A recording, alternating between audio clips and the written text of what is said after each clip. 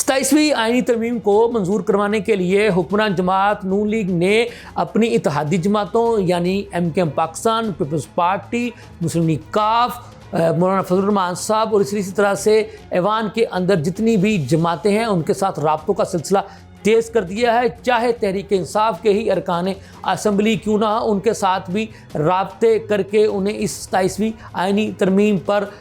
जो है वो इत्तफाक़ राय पैदा करने की कोशिश की जा रही है। और इस सिलसिले में हुक्मरान जमात मुस्लिम लीग नून के बहुत से रहनुमा, बहुत से जो है वो मरकज़ी इनकी जो लीडरशिप है वो बड़ी खामोशी के साथ जो है वो राब्ते कर रही है। और इसका इजहार और इसका जो है वो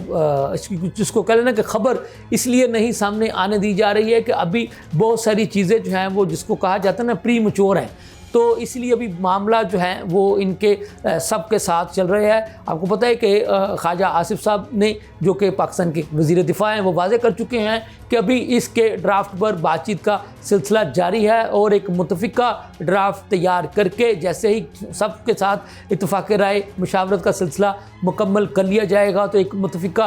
ड्राफ्ट को पहले से ही पार्लियामान से पहले उस पर इत्तफाक़ राय पैदा करके फिर उसको पार्लियामान में मंजूरी के लिए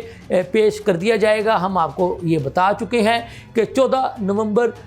की तारीख़ का इंतखाब किया गया है इस 27वीं आईनी तरमीम को पार्लियामान में पेश करने के लिए। इसकी एक बड़ी वजह यह भी है कि सदर पाकिस्तान जनाब आसिफ अली ज़रदारी साहब आपको पता है कि मुल्क से बाहर हैं, तो उनके साथ chairman peoples party Bilawal Bhutto Zardari साहब भी मुल्क से बाहर हैं। और आपको पता है कि हुकूमत की जो इस वक्त सबसे बड़ी जो इत्तेहादी जमात है वो है पीपल्स पार्टी। तो उनके आपको पता है कि दो ही सरबराह हैं, यानी जनाब सदर ममलिकत आसिफ ज़रदारी साहब और उनके साहबजादे बिलावल भुट्टो ज़रदारी साहब। तो ज़ाहिर है जब ये पाकिस्तान वापस तशरीफ़ लाएंगे तो बिलावल भुट्टो ज़रदारी साहब जो कि पीपल्स पार्टी के चेयरमैन हैं वो पाकिस्तान वापसी के फौरी बाद अपनी पार्टी की CEC की मीटिंग कॉल करके तो जो हुकूमत ने इस दौरान जो 27वीं आईनी तरमीम का जो ड्राफ्ट तैयार किया होगा वो उस ड्राफ्ट को अपनी पार्टी की CEC की मीटिंग में रखेंगे। उनकी CEC की मीटिंग के अरकान जो कि मुल्क भर से आए होते हैं यानी बशमूल आज़ाद कश्मीर और गिलगित बल्तिस्तान और चारों सूबों से इनके जो अरकान आते हैं वो उस ड्राफ्ट पर गौर व गौस करेंगे। पीपल्स पार्टी के अंदर आपको पता है कि बहुत सारे जो है वो ऐसे लोगों की भी तादाद है इनकी CEC में, जैसे रज़ा रब्बानी साहब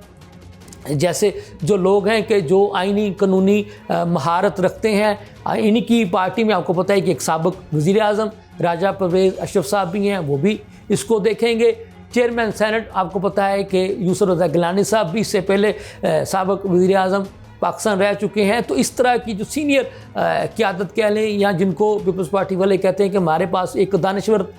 तबका भी मौजूद है, तो वो इस ड्राफ्ट पर जो है वो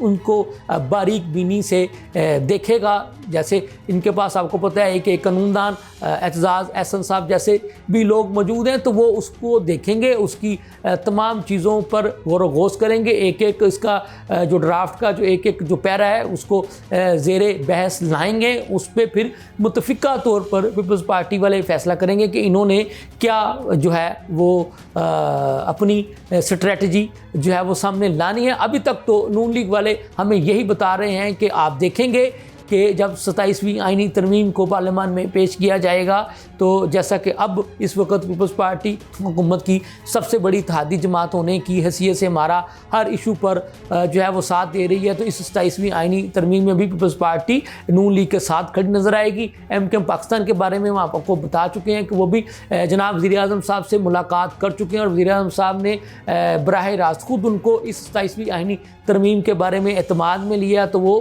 MKM पाकिस्तान भी यकीनी तौर पर नून लीग का साथ देगी। इसी तरह से मुस्लिम लीग काफ जो है वो भी आपको पता है कि हुकूमत की एक इत्तेहादी जमातों में से एक है, तो वो भी नून लीग के साथ खड़ी नज़र आएगी। और जहाँ तक रह गई बात जनाब मौलाना फजल रहमान साहब की, तो उनको भी मनाने का सिलसिला जारी है। ये टास्क स्पीकर कौमी असम्बली जनाब सरदार अयाज सादिक साहब भी निभा रहे हैं।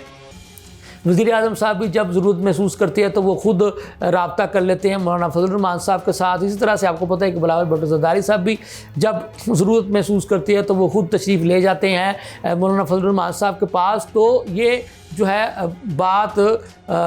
बड़ी आसानी से मुझे जो नज़र आ रही है कि नून लीग जो है वो इसको 27वीं आईनी तरमीम को पार्लियामान में पास करवाने में कामयाब हो जाएगी। बहरहाल फिर भी 14 नवंबर तक जो है वो चीज़ें जो है वो क्रिस्टल क्लियर होकर सामने आना शुरू हो जाएंगी। इसके साथ ही मुझे इजाज़त दीजिए। अल्लाह हाफ़िज़।